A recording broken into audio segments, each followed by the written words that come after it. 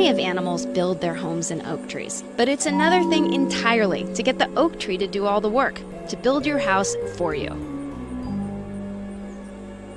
Say you're an oak tree, just sitting there minding your own business, when suddenly this tiny wasp comes along.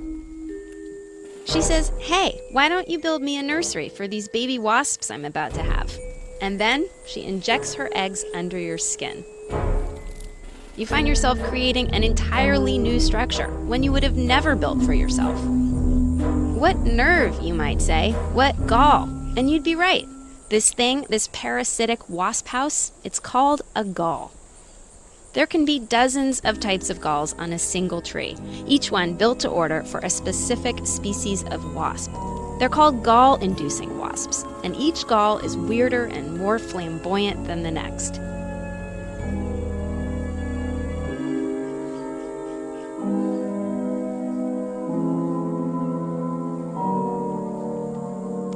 Sometimes the wasps prefer a mobile home. This one is called a jumping gall. It falls from the tree and bounces across the ground like a Mexican jumping bean until it finds a safe place to hatch. As a protection against predators, galls can taste incredibly bitter. Bitter like the bile produced by a gall bladder. In fact, the earliest doctors believed being bitter and angry meant an excess of gall in the body. Anyway, back to our tree. Inside the gall, the larvae mature and develop, and as they grow, they release chemicals that tell the tree how to build the gall. The tree is tricked into funneling nutrients into the gall to feed the hungry wasp larvae. Scientists call this a physiologic sink. For the larvae, it's like living inside a giant banana, an endless supply of food.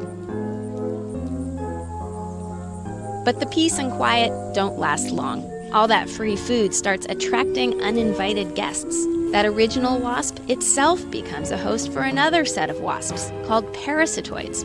One study in the UK found 17 different wasp species living in one gall.